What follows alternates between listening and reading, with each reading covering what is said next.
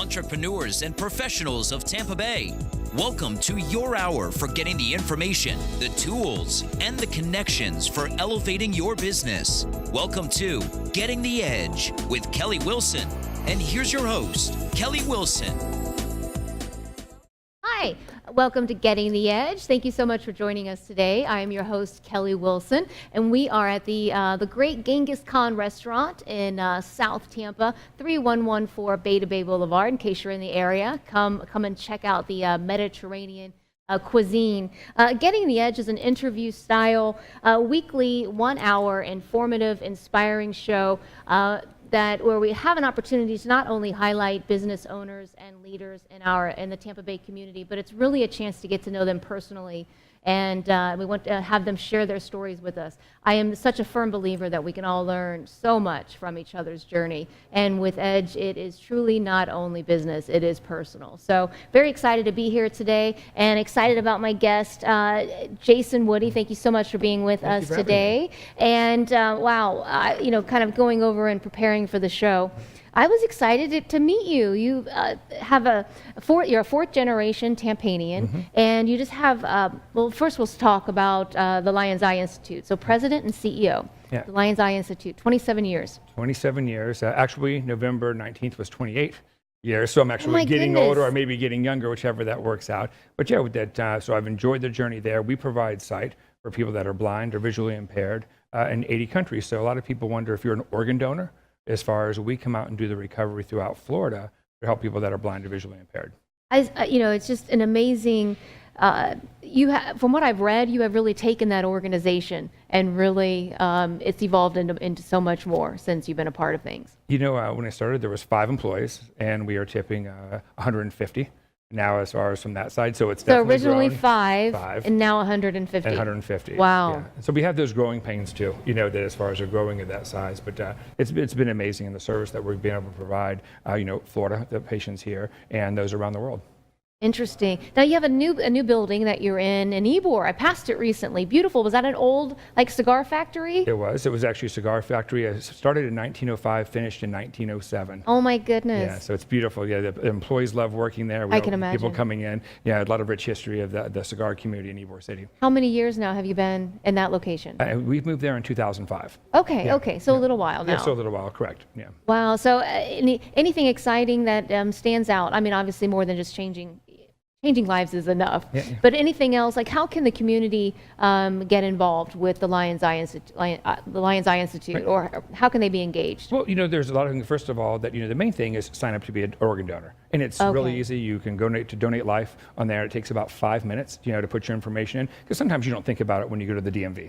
Right. But you can go online, and that's the biggest difference of how you obviously can make a difference if that comes to change somebody's life. That's probably the most that people try to, basically support us. But we also have a foundation where we have 2 different events this year. We have our Race for Sight, and we have our big event called the Eyeball, which is always fitting that people love, and we always need volunteers for that. Amazing. You are involved in so much. And it's, again, I feel honored to sit here and interview such great people, and you being one of them, and you're so dedicated to the Tampa community. I'm just going to touch on a couple of the committees that you are a part of, and tell me what I'm missing. Okay. But we've got the EDC, you're the International Chair for the Economic Development Corporation. You're a part of the University Board of Fellows. Correct.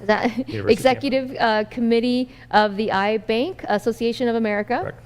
The Donate Life America as the past chair. Correct. And then Organ and Tissue Education Panel for Florida's Agency for Healthcare Administration. Correct. Oh my God. Okay, so what am I missing? That's about it in a nutshell. I try to keep it limited. People say that you not get yourself spread too thin, but those keep me quite busy. I bet they do. Let's touch it just on a little bit. As far as your work with the EDC, let's just touch on that a little bit. What do you do for them, or how do you help out, or? Well, what we work on as far as with the EDC, the focus is as far as international business. That's the committee. There's multiple chairs within the EDC, and actually I was appointed by Judy Ginshaft from this position. And so basically it is looking at domestic businesses that want to do business international, and international businesses that want to come here in Tampa. So what we have trips throughout the years, 2 to 3, that we actually try to pair people with businesses. So we would take businesses from the Tampa Bay area and then to whatever country, like we're going to Panama, and we're going to Amsterdam.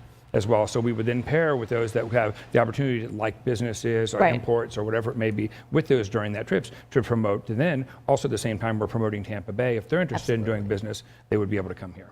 Very nice. And so what, the Board of Fellows, tell us a little bit about your role with them. Well, as far as with the Board of Fellows, as far as we really just are good stewards, as far as of the organization, University of Tampa. Correct, And as far as the meeting, as far as raising funds for that, as far as covering scholarships, that's one of our big responsibilities there. Just kind of, paying it forward, from that side. And then, as far as, playing a community role, talking about the university and things of that nature. Great. With the Donate Life America, let's talk about that a little bit. These are great organizations. That they are Donate Life. So Donate Life America is the umbrella for all organ, eye, and tissue donation in the country. Not that we all report up to there, but that's kind of the umbrella organization that does all of our marketing, all of our media. That's where the national registry, if you sign up, you just don't sign up in Florida, you sign up in a national registry. That's where the national registry is housed. And so that's where all the information comes out. Amazing. So the Organ and Tissue Education Panel for Florida's Agency for Healthcare Administration, how is that different than with the Donate Life So America? That would be all of a sudden, that's going to be your local state level. Okay. Is there. So that's where we has representation, where there may be some laws that differ or something that's coming down the pipeline that on a Florida level would change. A lot of times the laws that are implemented are national. There's federal mandated, but we do have some that sometimes that the state falls behind, and so we work on, so that would be on the state level. Oh my goodness. So you are just so busy all the time. So how often what is your commitment? Typically like once a month with all the different committees, or? It's sometimes it's close to, give or take, could be once a week that you have some time, a conference call. Most are conference calls, some are out-of-state meetings and national meetings you have to attend. So it does take a little bit of time. Do you travel much with the Lions Eye Institute itself, or the other committees kind of? A little bit with both. As far as from there, it's slowing down a little bit during the holidays, but there's quite a bit of international travel as well. From that side. Then I was also reading, well, you were named one of Tampa Bay's region's longest tenured nonprofit leaders. Yeah, I thought that's quite an honor. Yeah, well, there's, strangely enough, in corporate America, you don't have, as much, you have, I would say you have more longevity than in the nonprofit side. So you see sometimes a lot of nonprofit turnover compared to corporate America. And so coming up, just like I said, just hitting 28 years was quite a bit of longevity. Right, and I will talk a little bit more about getting into some of your history, but you were a nurse prior to that. I was a nurse. And trauma, and right? Is that? Correct. Yeah. I was trying to kind of read back on some of the notes. Yeah. So what made you then transition into the nonprofit sector in Lions Eye Institute? Actually, it was an organ donor. It was. Okay. So I went into, this was a case at Tampa General, and they used trauma nurses and ER nurses in the transplant side because of as far as that we could think quick on our feet. You never know what would happen. It wasn't a routine case. So we were pulled into that side of there. And I went into a case, and there was 2 patients in the room. And it caught me off guard. I said, well, why is there 2 patients? And the one patient was crying. And all of a sudden, she's holding hands with the other patient. And the son was giving his kidney to save his mom's life. And all of a sudden I said, and he already had the same disease she had. So she knew that if he didn't find a kidney, he could die waiting. And, after that procedure, I saw the emotion of, someone giving life to somebody else to save his own mom. I can only imagine. Yeah, and having the ability, think about, they actually, in the surgery, they actually hand the kidney off to you. So we take the kidney, the healthy kidney, and put that into, to the mother. And I thought to myself, I don't know if there's anything better than this. And that was the turning point. That day, I went into the operating room. I went into the room with the surgeon after that, and I asked him, I said, can I have a card? I said, this is what I want to do. And he referred me to LifeLink, which is our sister company. Right. And they didn't have an opening, and I applied with Lions, I think, on a Thursday and got the job. And at the time, I got the job on the spot. And oh my goodness. And that was it. Well, so you obviously didn't start out as kind of the CEO of the. Correct. So where did you start within that organization? Well, I made interesting enough so that during the interview with the CEO of the time, she says, "Where do you now?" And this is kind of a funny thing that I would not recommend this to anyone. But during the time, she asked me, "She says, where do you see yourself in 5 years?" I'm 21 years old, cocky, go sitting in your chair. Needless to say, 5 years I was. Oh, my goodness. But I wouldn't recommend that. Right. May not be the best advice. Right. She did like the ambition, though. She did. Right. She did laugh it off, and she did hire me. So I'd say this story worked out well. And so I went through multiple positions as far as working my way up. There was like in the technical position, quality assurance, things like that. And then actually the CEO at the time, her and her husband moved to North Carolina, and the board gave me the opportunity there. So you didn't necessarily take her position. No. She left and opened it wide up for you. She did, yes. So that's exactly. so in 5 years then you were Correct. in that Yep. position. Yep. Wow. And it, it's always so interesting as I talk with all of these, you included all these great people. It's like pieces of a puzzle, as we take steps forward in life and how those open other doors and that step. And even you being in the emergency room that night and having to be there and that kind of being that changing moment in your life when a light bulb kind of goes on and you realize this is what I want to do. And Kelly, it's right. That was one of those moments. I mean, look at now. I mean, truly defined one point in your life, truly defined the rest of your life. And when people say sometimes they don't happen, or maybe you're just not looking for them. Absolutely. Yeah. I so agree with that. Yeah. And it really is those opportunities but you have to be aware of them. Yeah. Because that literally was a life-changing. And it pulled my heart. It was something that it was no longer a job. It was like, I obviously wasn't going to medical school, and I said, how cool is this? To be able to take this. Now, in my mind, I knew most of this would be coming from an organ donor, someone that unfortunately lost their life. But then I'm thinking, here is someone in a tragedy that's lost their life, but we're able to bring life to somebody that had no chance. That they didn't put themselves in that situation if they needed a kidney or a heart or something like that. And here is something you could take from, bring something positive to a family that lost a loved one, but at the same time, change someone's life. That's amazing. Yeah. I've watched quite a few documentaries, where you see different events like that take place. But I can only imagine what that must be like being a part of that it's not transaction, doesn't even sound like the right word because it doesn't sound heartfelt enough. But I can't imagine being a part of that and being able to be with both sides and actually delivering. Yeah, when you have when you're inside the patient, sometimes the doctors are very good about having you truly assist there. So you see a heart that's not beating, that comes out of a cooler, that's been rushed there with so many people behind it, and then all of a sudden the next thing right in front of you, that heart starts to beat in someone else's body. You're like, that's just truly a gift. Yeah. On that note, we're going to take a quick break. We'll be right back. Don't go anywhere. We'll be back with Jason Woody. Thank you.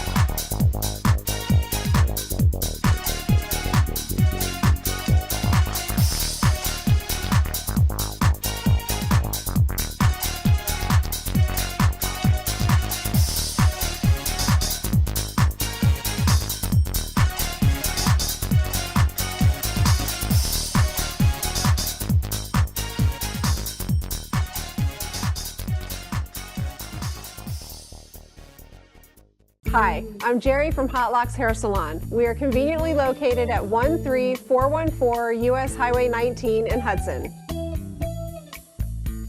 I've been a local hairstylist in our community for the last 34 years, 7 of which I was an educator. Our passion is the artistry of hair, and Hot Locks is here to help you achieve your perfect image. You can call us at 727-514-9978.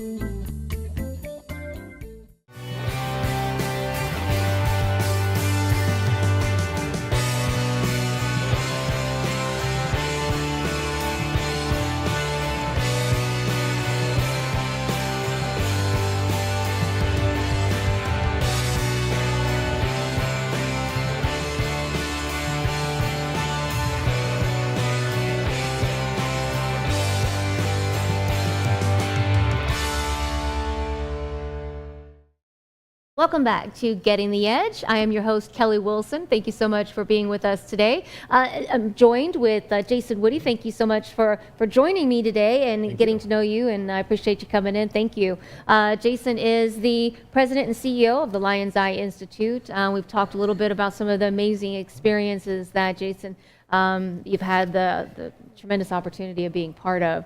Wow. And yeah, I'm still kind of recovering from the end of that last segment. So you kind of go on into maybe a little, well, although that's extremely happy too, but on a different note. So you've been a part, and I think, I don't know if you were chosen or how you kind of fell into it, but Tampa Bay Raise 100, and you were kind of the lead spokesperson for that. So tell us a little bit about that organization. Well, really the Raise 100 were a group of very diverse business owners that were really supporting keeping the Rays in Tampa Bay. At the end of the day, that was our sole mission is, let's just not lose this team and let's put our best foot forward. It was actually spearheaded by Chuck Sykes, as far as, and Ron Cristaldi, and they were the two leaders of this, and they had gone through, picked a diverse group to reach out to the community just on the premise of keeping the team here in Tampa Bay. That's the one thing we didn't want to lose it. If it was going to stay in St. Pete or coming over to Hillsborough County, we just wanted to keep that team in Tampa Bay. Oh, okay. So not necessarily making sure that it went to Ybor or whatever location, just as long as it didn't leave. Yeah, the region. Correct. When it was first, when we first performed, there wasn't a location determined. There were still 3 or 4, and then ultimately the owners of the Rays said, "Look, we're done looking at Hillsborough County. The only location we're looking at happened to be Ybor City," and that really made it a little bit easier for us. So then, as far as if we were out talking to people in Plant City, St. Pete, Wesley Chapel, we could tell you the location where. Before, if we actually started too soon, well, we're not sure where it's going to be, and that started to visualize that. And then the next step of that was actually renderings came. So then people, one, you knew the location, and then second of all, you saw the renderings, could kind of get a feel like, okay, what this is going to look like in Tampa Bay. So where is everything with that now? Is it kind of a closed deal now? Is it something that you're still pursuing? Where are we with that? I would say I don't know that we're not going to be pursuing it till all of a sudden that first pitch is thrown out. So I wouldn't say that, that we are going to keep that. At the current time, as far as there seems like there's been a little bit of an impasse between the county and as far as and the offer to the Rays and the Rays ownership, and I think they're trying to work through that. Obviously, it's coming down to big bucks. You're looking at $892 million. Is that right? I just say $1 billion stadium because give or take at that point, if you round up or round down, but it's a big commitment from a lot of parties, and as far as from the Rays ownership of them stepping up, putting money in, trying to find a partner as far as be it the city or the county to bring funds in there, to make this happen.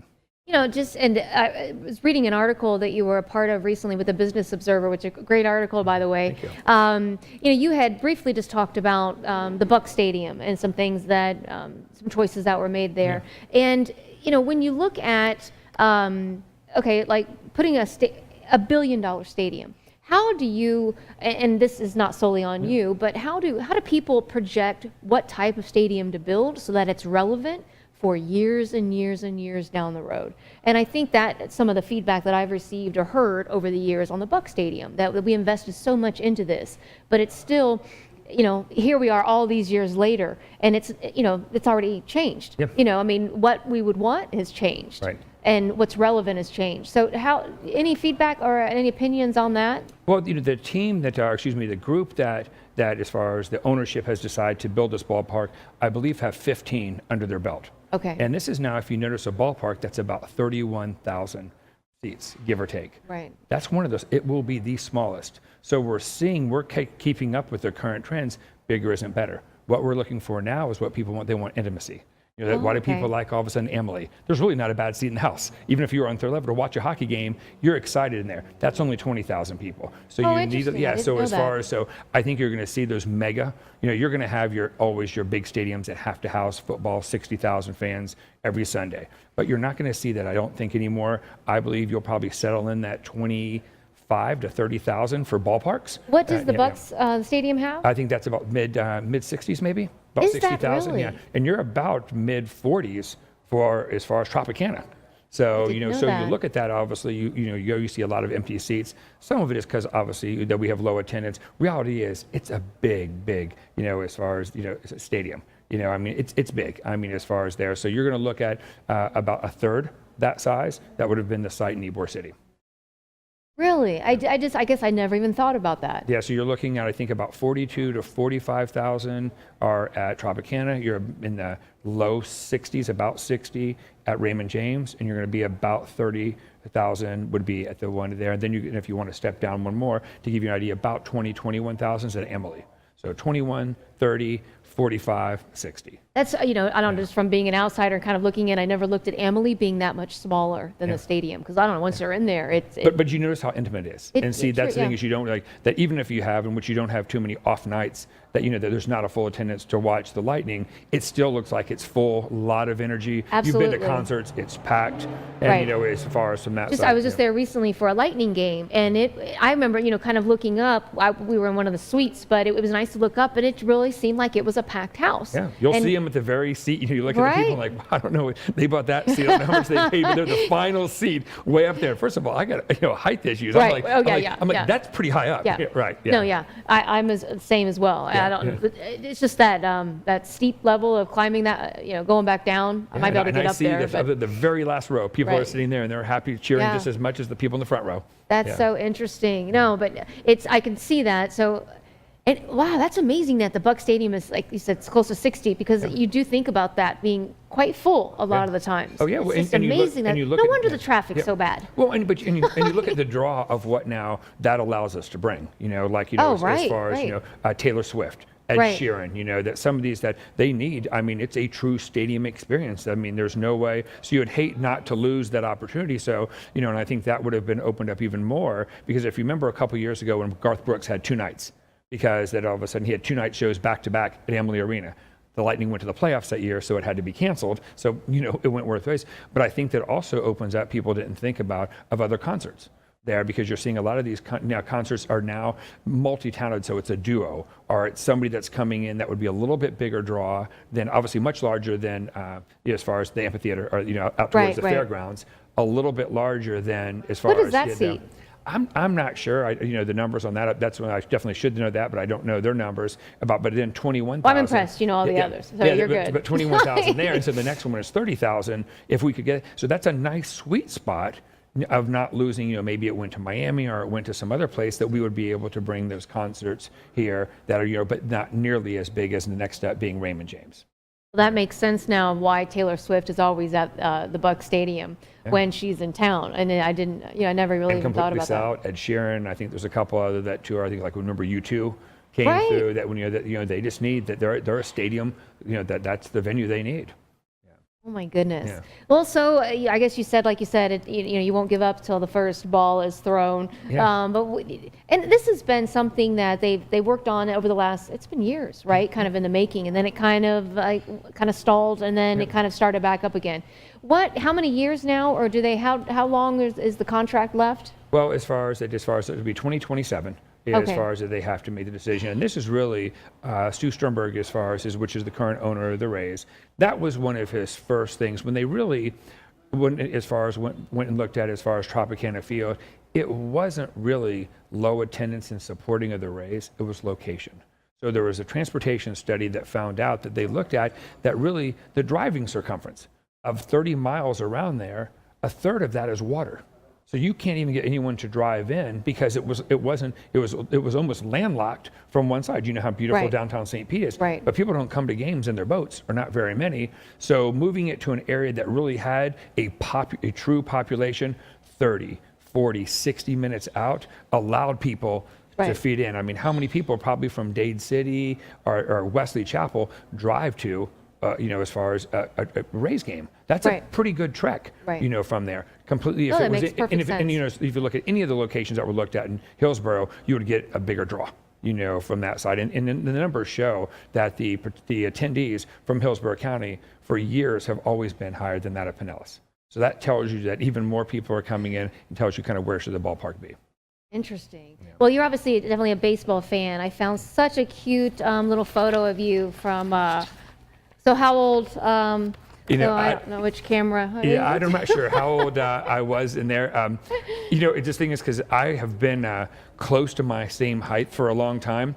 And I actually had some pictures where they actually had me take, my hat off there because they thought I was the coach. There. So this one. So you've always been super tall. I've been super tall, and so that's not been great for baseball. My parents probably should have put me in basketball. But so to be close to 6'3" playing, but you don't see a lot of 6'3" baseball players. So they probably sent me in a different direction. I was definitely a little bit, awkward in those photos. But yeah, it was great times, and it was, that interesting enough is my father retired from Publix, and he was a manager at Publix. And if you remember going back, Publix, as far as was closed on Sundays. If you remember going back. No, I didn't know that. Publix wasn't open. They didn't sell alcohol at all on Sunday. So my dad's days off were Tuesday and Sunday. So throughout my baseball, and I won't say career or my time, he almost missed every Saturday game. Because as store manager, you don't take a Saturday off from there. So for us to go to practice and do things, it really was a lot of quality time, which really drew me to the position with the Rays, is that I knew how much, when I say America's pastime,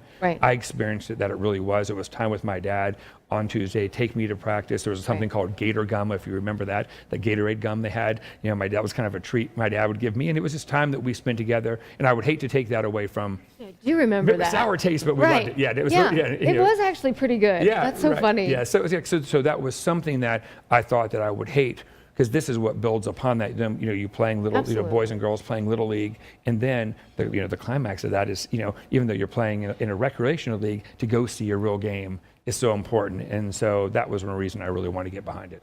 Right, and you can definitely, your passion kind of shines through, and that's kind of one of the reasons I wanted to mention and kind of show and kind of teach you a little bit about the younger photo, because it just kind of drives back the whole reasoning behind you standing up for this for the Rays staying in the community. So anyway, wow, it's we have so much more to talk about. And I won't leave this one on a sad note there, as far as this is positive. So okay, good, good. Well, that helps. No, but a lot of things we want to talk about still, and kind of get into and really get to know you a little bit more and find out a little bit more about your upbringing and being a fourth generation Tampanian. So don't go anywhere. We'll be right back with Jason Woody.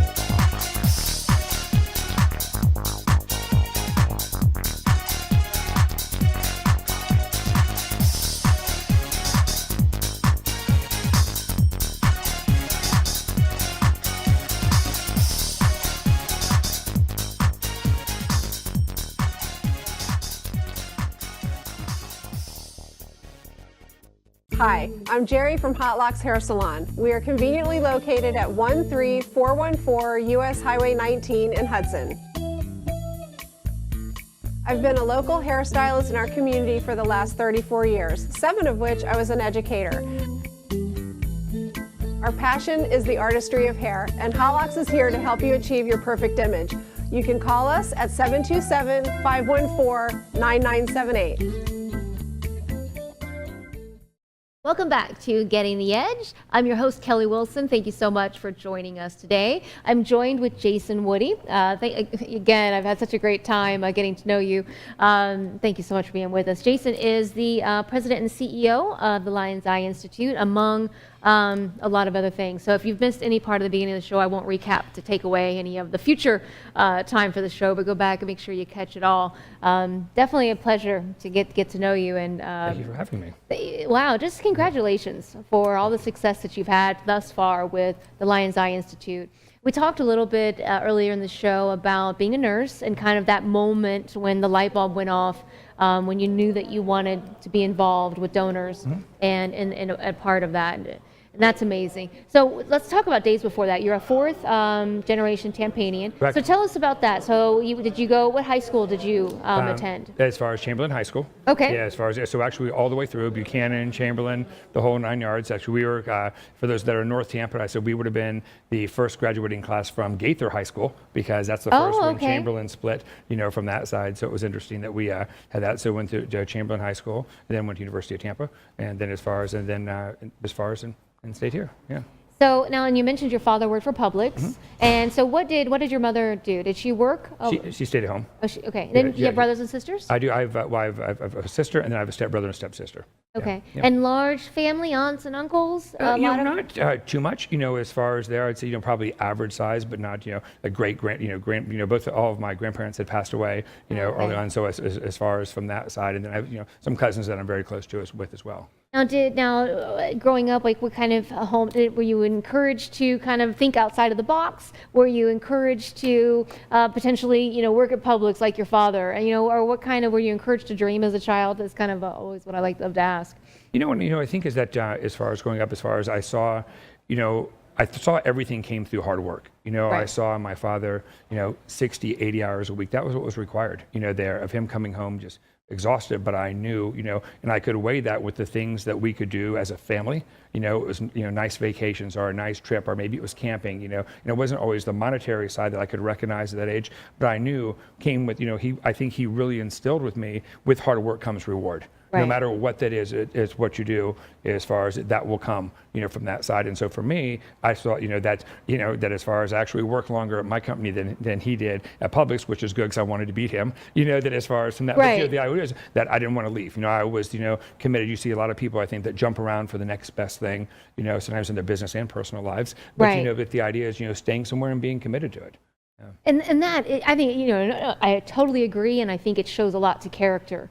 For the dedication and the loyalty that you have, because if you have that into your career, I feel like you have that in other parts of your life, and I think a lot of that probably comes from and is derived from your upbringing. Yeah. Which and I think it's funny that you mentioned you were longer and now with Lion's Eye Institute than your father at Publix. Yeah. And I almost and so is he still? Yeah, he is. Okay. Yes. So I'm like almost afraid to ask. No. Yeah, he is as far as that. I told him that my goal is at least to stay 35 years, and because I don't know too many executives in the nonprofit world that have ever stayed that long. So from that long. And one thing is that my board, I've been very open with my board. I have a phenomenal board of directors, and I never want to overstay my welcome. Right. And I'm not even that as over. Really, what people have to understand, overstay my capabilities. I don't want to be the Muhammad Ali. I don't want to be, as far as the Brett Favre, as far as, I'm not saying I necessarily want to go out on top, but I want to go, if you look at someone that's done things right, is Dr. Ginshaft, Judy Ginshaft. Mm-hmm. There's not too much more she could do, and I'm sure she would excel at USF, but look where she's leaving us. Right. At the very best of the best it costs you, and I think that's a sign of a good leader. Absolutely. There is right there, and then pass that on to someone else, to grow the organization and take them to the next level, but just leave them a good foundation. Right. Yeah. And, I was going to kind of ask about that too. So what is your plan? And again, so it's to stay to 35? Yeah, 35. And then I'm probably going to move into politics. That's, I saw that somewhere. Yeah, so it's kind of gotten out a little bit, as far as they're probably starting in the county commissioner side. I live actually in the county. Not that I have any problem with moving. You seem too nice to go into politics. Nope. I'm not saying politicians aren't nice. Yeah. But. Well, but I think that, people find truth, as far as, and honesty refreshing. And sometimes it's Absolutely. not, and it's not even, people don't even mind hearing bad news if you're just forthcoming. And sometimes people want to hide that, as far as, and I think that, if you were to get out and you're in front of the public and it's bad news, tell them. You know, I mean, they may not like it, but they respect you. Told them they could say, you know what, I always know where this candidate, where they're always coming from. It's the ones that are wishy-washy. Don't just tell me what I want to hear. Right. Just tell. And we live in a society that's exactly Absolutely. what's happening, and everything will be okay, and we'll fix it. Right. And you know, people don't believe that anymore, and they've seen the outcomes of races and things of that nature that they've lost trust. And we do need, definitely need great people and honest, loyal, and just and caring and empathy. One of the questions I always ask, and which I think is amazing, is I always say ask, you know, what characteristics of a leader do you feel like, what characteristic in a leader do you feel like everyone should possess? And empathy and compassion, vulnerability, those, you know, people are answering so much more, and they didn't used to. Right. So it's very interesting that and I do believe it's okay today to be vulnerable or to show some vulnerability, or, you know, we're all kind of in this world together. And, you know, and people are generally forgiving. You know, people, you know, they get up and they say they make a mistake, and it could be their personal life, their business life. Being honest and transparent, I made the mistake. Here's what happened. People, they see you're human, but you know that as far as I've never made a mistake, I've never had a problem, I can fix it. People get tired of hearing that, and you know, I think, and you lose a lot of trust, you know, that way. Absolutely. Well, and I think too, you know, as far as your tenure, or, you know, the time that you spent with the Lions Eye Institute, your board has obviously been, you know, you're able to be a part of a lot of other things. So they haven't really confined you Correct. to just, so I think that says something, and that's kind of allowed you to be a part of a lot of different Well, I mean, things it's that you're interesting. passionate about. They have been, I mean, a phenomenal board. Matter of fact, just yesterday, I completed my application to Harvard Business School, and so as far as, and the board supporting me going. And Oh, you know, it's really? another thing as far as, so they've been, you know, very generous as far as saying, hey, you know, continue education, and I'm coming up on 50 years old, so I'm not, you know, but the idea is that still I'm not too late to learn, you know, there, and as far as, and so I went back to them, and I said, this is something I personally want to do, and they said, well, you know, you'll give us some options of there and choose, you know, from there. Now, some of it obviously I have to pay out of my own pocket, Right. you know, because, you know, from that side, but so that was one of the things I said, you know, I said the school that I would like to go to is Harvard, and they said, if you can get in, you know, we'll Right. obviously pay up to a We'll certain support amount. you. So I don't know if I've gotten in yet, but as far as my That's very application submitted, so exciting. that would start next year. Well, fingers crossed yeah, for fingers you. crossed, and we'll see the application. I was just wondering, okay, if the application's that hard, I can imagine what the coursework's going to be like, but we'll see. I'm Right. excited about it. No, very exciting. And I think, you know, it's funny, at 18, I thought I knew everything. And you know, here I am in my middle 40s, and I realize that I'm still learning every day, and I don't know anything. Yeah, and I'm it's sure that interesting. probably most of my classmates will be much younger than I am for the most part, because I usually pick for this class Fortune 500, you know, there, so they're up and coming people, and I want to say the 200 to 300 million dollar a year companies, which is much larger than ours. So I'm sure it's interesting. I'm going to be learning from millennials and Right. this next group of leaders, which is nice to make sure that you don't get you're not, you know, stuck in your old ways, you know, from there, and Right. here's some progressive thinking. Oh, it's very exciting. And I think it's great that you're wanting to continue to learn, because it keeps us young, Yeah. I think, as well. What do you think is more important to develop and improve your weaknesses, or work on fine-tuning your strengths? You know, I think it's going to be probably a combination of both. I think a lot of times you use your strengths too much, and it really becomes a weakness, and that because that's all you fall back on. And I think it's important all of a sudden to recognize your weaknesses. They will probably come up more in your life, in your everyday decisions, than rather than a strength will. You know, your strength's going to be the dominant one all the Right. time, but sometimes, you know, even a strength, I've always believed, overdone, is actually becomes a weakness. You become arrogant, you become cocky, you become, you know, whatever it is. You would say that, you know, whatever it may be, you know, if it's played out too much, it can go the opposite direction. Interesting. You know, it's funny. I was just going to ask, how do you give back to the, you know, I have my main questions, and how do you give back to the community? Oh my goodness, we've already talked a lot about that. And that's, like I said, you're definitely where you kind of stand out. You're just so involved with everything. It's great. How do you feel about the political? And I don't want to get totally, we touched on the political a little bit. How do you feel about our political climate right now? And You know, I think that, you know, the unfortunate side, it's become personal. You know, I think, you know, someone was telling me the other day, would everybody feel the same way if Donald Trump was a Democrat? Is it so much just hatred towards the individual or the party? And, you know, and I heard that, I'm like, that would be really interesting. What if tomorrow morning Nancy Pelosi was a Republican? You know, there's so much hate towards her from this party. What if that switched? And I thought to myself, you know what, if we really did it, I bet you we would all be shocked. That, you know, everything that he's probably doing, if he was from a different party, would be fine with that party. Now, the opposing party may not like it, but the idea is it's become so personal, and the hatred towards the individual. And what was sad is, we saw that in the political climates here in Florida, to see families and friends on Facebook, just things that, that were just like, you can't vote for this person, how dare you? And I personally knew people that are close friends that, I said, that would hate that, that would be, you guys, they're politicians. The reality is, whatever they say they're going to do, they probably aren't going to do, and there's no reason to lose a family or a friendship over something that, at the end of the day, is going to have little or no, and I won't say impact, but reality is no impact on the two of us being friends. At the end of the day, it's really that, they passed this law that you are against or I was against. Right. Why, we're still going to be friends. There are truly two things you really should not discuss on a regular basis, and political and religion. And don't get so upset about it. It's important to be passionate, and obviously, if you're voting and getting, but reality is you have to draw, that line. And I think that's one of the problems where we're not trying to understand the other perspective. Because you can only these people are upset and mad the way they are because they don't even want to take the opportunity or even a second to even think about the other position. It's their right, it's their way, it's or nothing. And that's, I think, one of the biggest problems in our society today is they not even try to be compassionate at all with the other side. So we won't talk on that too long. So what about the mayor race is coming up now, and in Tampa we're kind of gearing up towards that in March. So any thoughts of that in the future? As far as I'm not sure where, for personally where, that would be interesting maybe to be the first Republican mayor, that would be from that side. Oh, I guess that's right, because they've been, okay. And, I think, with the race right now, I think there's a lot of great candidates. And what I really would like to see is they're all talking about the same thing. And really, pretty soon, they're going to have to define who they are, what their strategy is, and what that's going to mean to Tampa. We talk about transportation, or we talk about, we're talking about the same things, and everybody's keeping it in generalities and not giving just, nothing has any teeth. Right, it's going to have someone's going to have to step away from the group. Someone's going to have to disagree with somebody else, and so I'm kind of waiting for that to happen. We had that lull because obviously we had the governor's race here. Yeah. We'll be right back. Don't go anywhere. We're going to finish our talk on transportation and mayor race. Don't go anywhere. We'll be right back.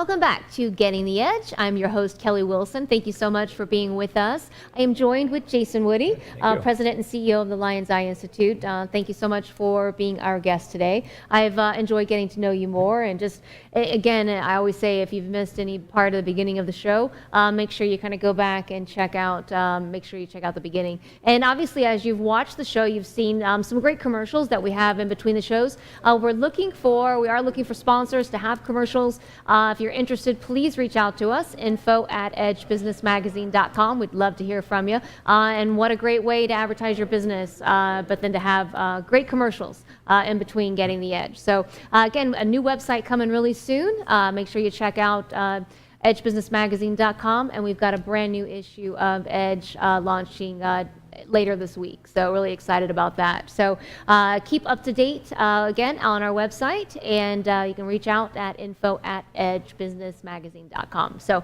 wrapping up our last segment, and still some things, we want to take some time to get to know you a little bit more. Sure. What definition of success? What is your definition of success today? It's a great question, and you hear it asked a lot. I think what people judge success on other people. And I think that, my definition of success really is basing it upon yourself.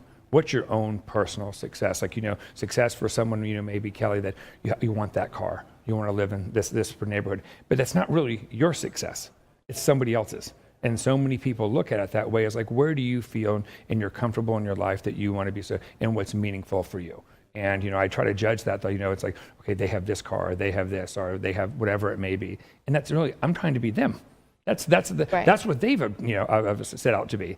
I want to be who I want to be. Is it mine, more downtime? Is it time with my family? Is it just, what is that in my success? So I try to tell people when they ask me, well, what would it be, successful, is to be in my own personal good space rather than base it on somebody else or what people have that, because if you look at what is successful, people, I want to have that house. I want that job. I want a 6-figure salary.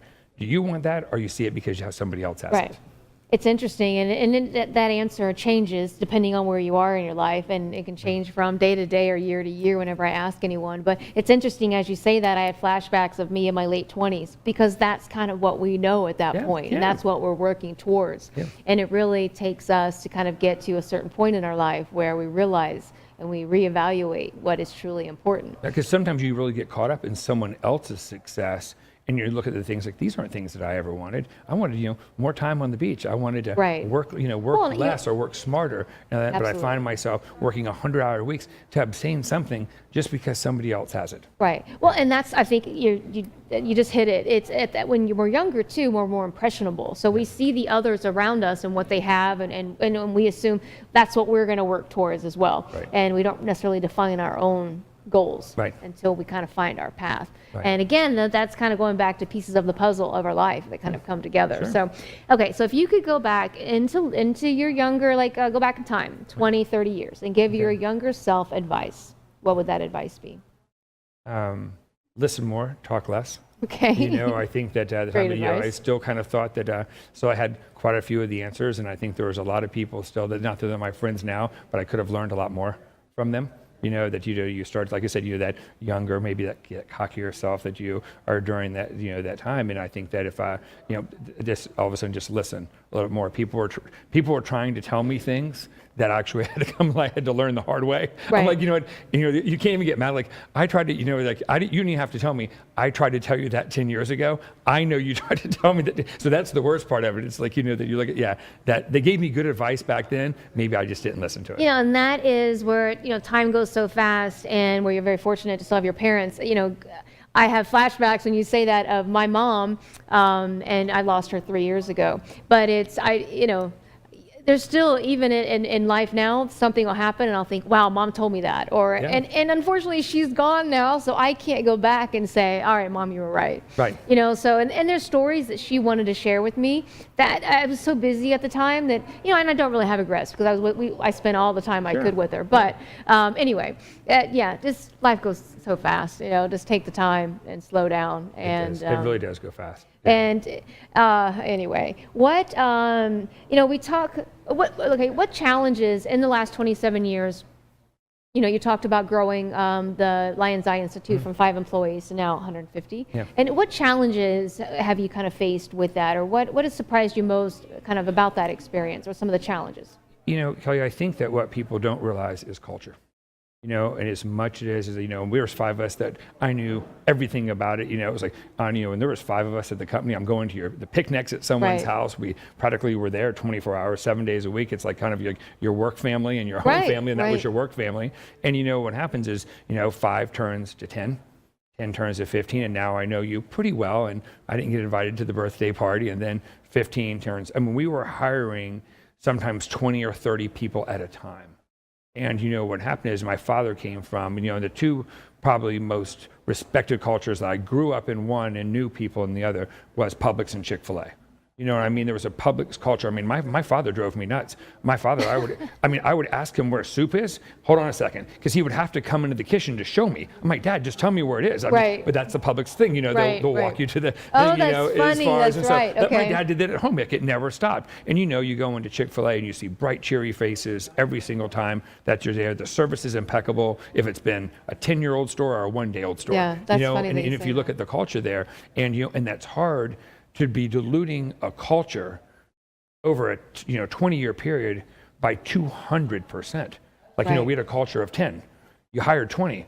We've lost our entire culture. Right. Because that's 20 different people with 20 different cultures. Right. Then you hire 20 more.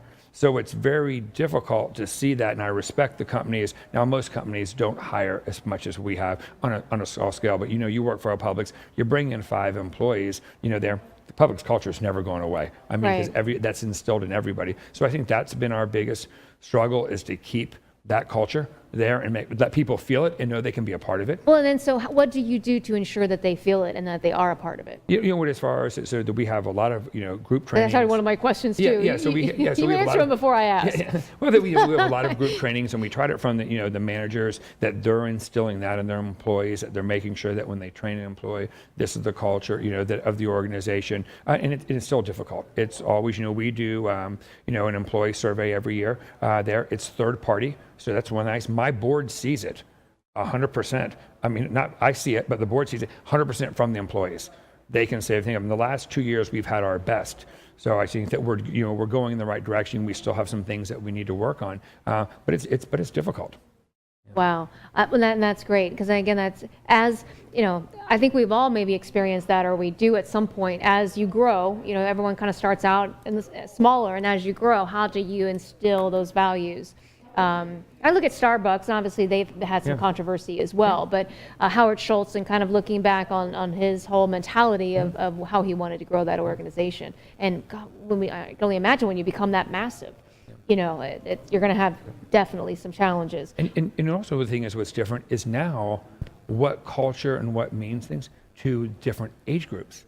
So like a millennial may want, I want recognition, I want my name, or maybe I want time off. Where a more senior employee says, I want the parking space out front. Right. So their culture is, you have to then build a culture that's for everyone. Do you have 5 different awards? You can't have, okay, these are awards for people 25 and under. Right. These are awards for 35 to 50. You can't do that, but so you have to then make your culture that's something that everybody relates to. Like the millennials, they want to be part of a movement. So like when we're doing Donate Life and we sign up 200,000 people, they're like, okay, I'm part of that. Right.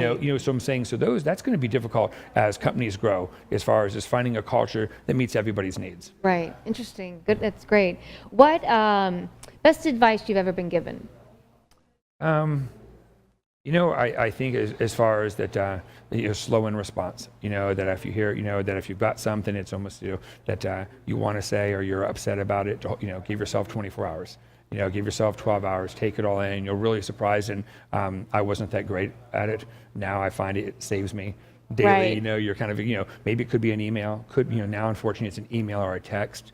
Think about it, think about the person's perspective, where they're coming from, their position, all the dynamics involved. Sometimes it's just a peer and you're like, you want to respond in a certain way. It's like, well, something else, but you really got to think from that person's perspective and really put yourself into those shoes. And that's been immensely helpful for me, is, to really just to kind of think about your mindset when you sent me the message or whatever else. We see a lot of it electronically, but newspaper articles, or, you see something, and I say, wow, I can understand now where they're coming from.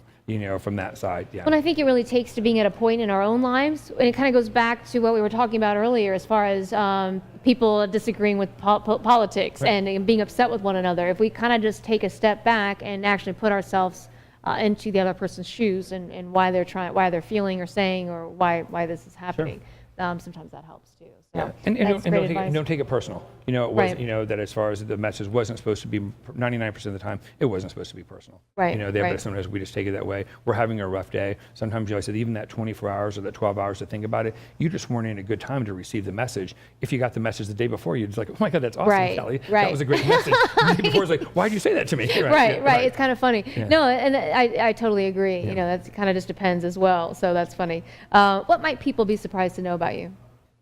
Well, a funny story. So, if you want that, actually, when I was in India, I was bitten by a cobra. So, Oh. yeah, so So you love snakes. Yeah, I don't love snakes. I was doing some humanitarian work in India, and so I got to the hotel, got that night. That could be a whole nother hour of getting the edge and all the humanitarian work. I don't want to ruin this for everybody, but as far as, but to tell the story correctly, so basically, I got up in the morning because there was monkeys outside my window trying to get my fruit basket, and they're like banging. They're smart and they know to get in. Went downstairs. I couldn't sleep, obviously the time difference, and here comes a gentleman with a basket. Out comes one cobra. Out comes another cobra. So he's there, and he's. The next thing I know is he says, do you want to get a picture, with him? As he is trying to take his friend's taking the picture, he steps on the tail of the cobra, and it bites me. I'm already thinking, so I've seen the videos, I'm going to seize up, I'm going to curl into a ball, I'm going to die, I'm going to foam at the mouth. No one ever told me that they've taken the fangs out of the cobras.